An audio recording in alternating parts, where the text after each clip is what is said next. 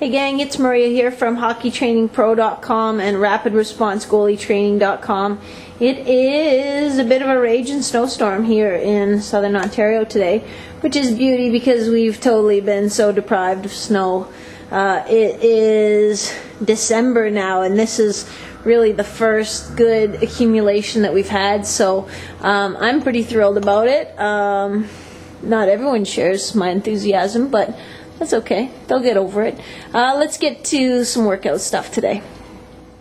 Training.com, and today I'm still on this core training kick after spending that weekend in Toronto on the Dr. Stu McGill course. Really, it opened my eyes to a few new things. It reinforced some of the things that we were doing already, and it just got me thinking more and more about how I can really tighten up my core training that I use with hockey players to both improve performance and reduce the risk of some overuse injuries down the road.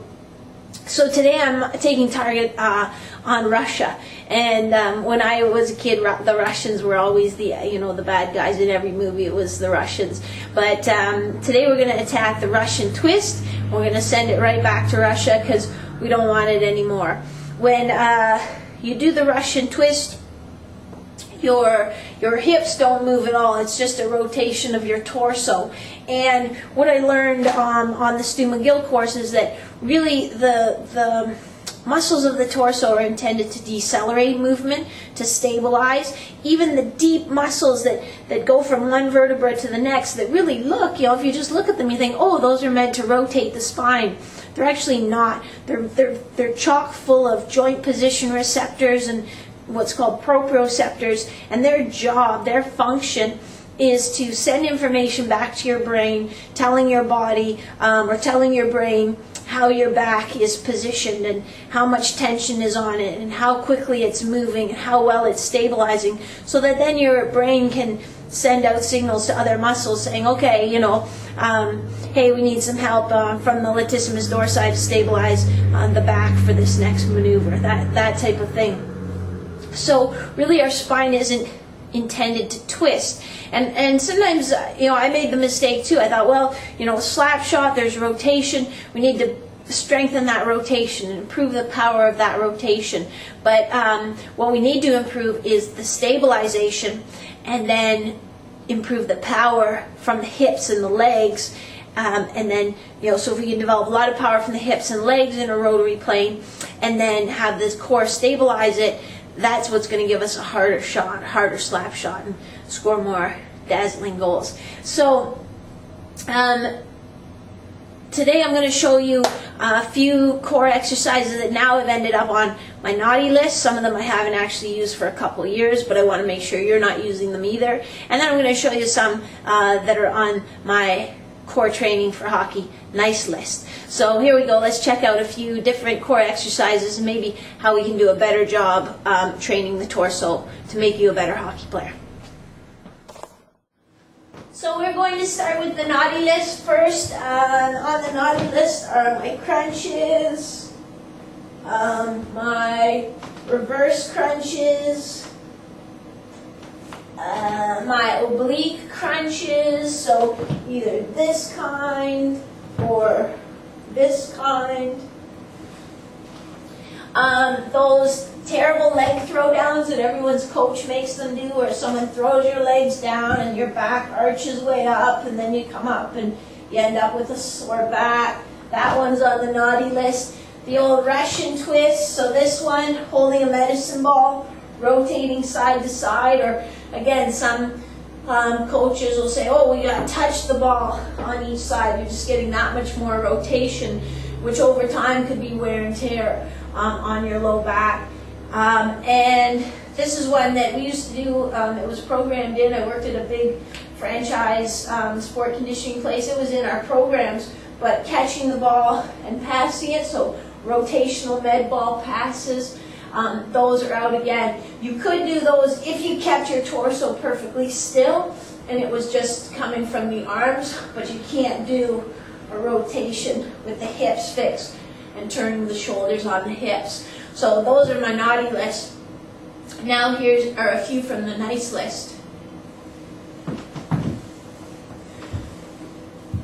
So we can do our core planks, we can do nice side planks, we can do our Superman exercises, and we can also do, you'll see now we're going to get up off the ground.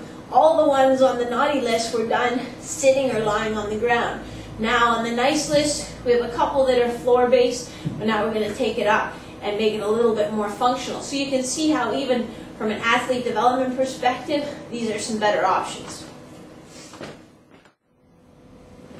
So if we're looking for an alternative to that Russian twist, and we're thinking, well, wait a second, because I really need to develop rotary power on a hockey player, I need to have a good slap shot, or I need to be good at clearing the puck, we can still accomplish that. Again, the muscles of your legs and hips are much stronger than the muscles of your torso. They're made to generate power, so let's use them to the best of our ability. So if we still want to do a rotary pass or generate rotary power, we can do that. We just have to make sure we're using our hips to generate the power and our torso to transfer the power. So think about your hips and rib cage being locked together. So it comes here, my hips come around the same amount as my shoulders do. So I would be passing the medicine ball here. Now this is just a drywall wall, so I don't want to put it right through.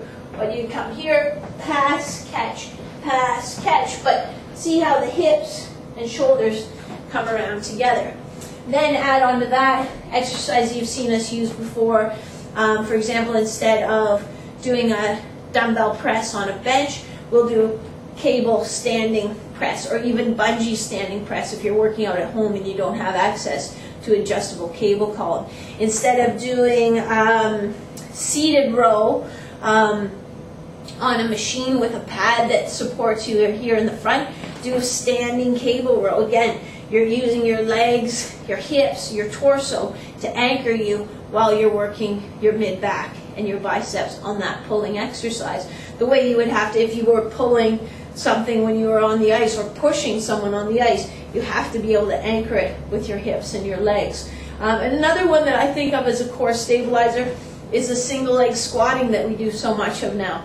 You know, you have to cantilever your hips. You have to have strong hips, but you also have to have a strong torso so you don't lose your posture or lose your balance. So there's a little breakdown of my new core training for hockey naughty list and a few alternatives that I've given you for the nice list, you know, keeping in the Christmas spirit and all with a big snowstorm right out the window today. So thanks a lot for stopping by, Maria from hockeytrainingpro.com. Have a great day.